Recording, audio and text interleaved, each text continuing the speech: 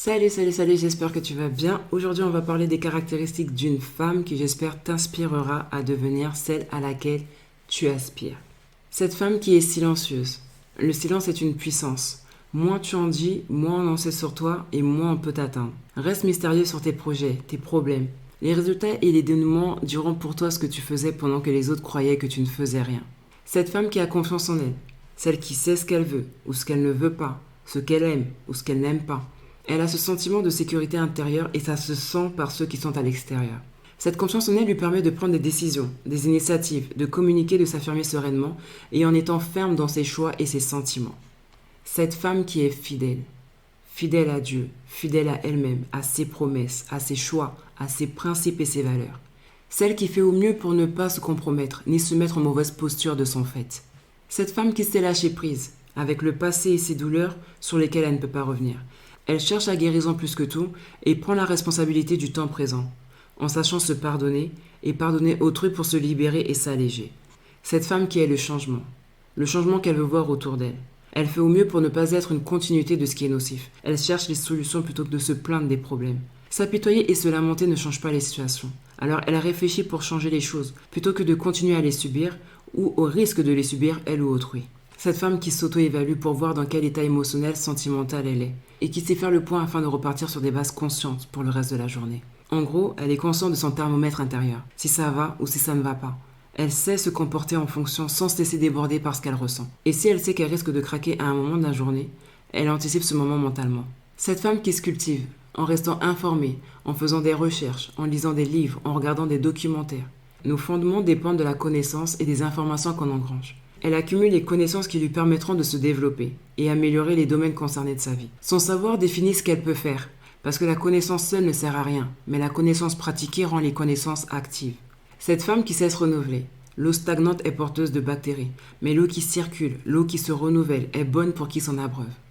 N'aie pas peur du changement, n'aie pas peur de te renouveler, n'aie pas peur de laisser ce qui doit passer dans ta vie. L'arbre perd ses feuilles en automne, mais ça ne lui enlève pas sa nature, ça ne lui enlève pas sa valeur, ça ne lui enlève pas sa force. Cette femme qui tient un foyer, cet endroit qui est sacré, où doit régner la paix, l'harmonie, cet endroit qui doit nous abriter de l'agitation extérieure.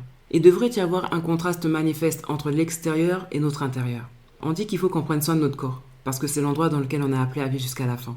Je dirais qu'il devrait en être de même pour nos foyers, en y préservant la paix. On devrait savoir comment régler les conflits, sans avoir à élever la voix. Les problèmes ne manqueront pas, et non de cultiver les non-dits et de finir par exploser à cause du trop-plein, ou de toujours se crier les uns sur les autres sans jamais s'écouter ou encore moins se comprendre. En maintenant le foyer propre, rien de mieux qu'une maison propre, accueillante et paisible. Une phrase dit que la propreté nous rapproche de Dieu. Mais il faut savoir une chose, c'est que notre environnement influence notre état d'esprit, notre façon de penser et notre façon d'agir. Une maison bruyante, désordonnée, sale, encombrée, empêche de réfléchir clairement, empêche le sentiment de bien-être et ne favorise en aucun cas le repos physique et spirituel. Prie et œuvre pour la paix de ton foyer. Laisse les problèmes professionnels dehors. Ta maison doit être ton havre de paix. Loin de là les énergies négatives, toute forme de stress, etc. Ne mets jamais la poussière sous le tapis et ne garde pas de squelette dans le placard, et ce, dans tous les sens du terme. Fais ce qu'il y a à faire et règle ce qui doit être réglé. Cette femme qui protège son énergie, en éliminant ou en diminuant tout ce qui est énergivore, tout ce qui la rend irritable, tout ce qui la distrait et qui la fait dévier de la trajectoire initialement mise en place. Si ce qu'elle consomme sur les réseaux sociaux, à la télévision, suscite en elle colère, mal-être, comparaison, doute, peur, incertitude, elle supprime. C'est pareil avec les gens qui sont néfastes, elle saura mettre la distance qu'il faut. Cette femme qui a une bonne hygiène corporelle, buccale et intime.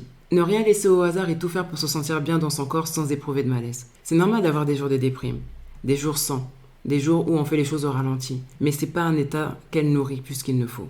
On peut être plus bas, mais s'efforcer de garder une bonne hygiène. Cette femme qui prend soin de sa santé, celle qui fait des bilans sanguins, des frottis, des mammographies, qui mange sainement autant qu'elle le peut, qui bouge son corps et favorise l'eau, qui se repose et qui se détend. Apprends à faire ces choses. Ne te laisse pas porter par le tourbillon de l'époque dans laquelle nous sommes. Il faut savoir s'arrêter et respirer. Quelle que soit ton activité, sache favoriser le repos pour te recharger, pour te rafraîchir et pour repartir d'un meilleur élan. Prends soin de ton corps parce que c'est le seul endroit dans lequel tu devras rester jusqu'à la fin.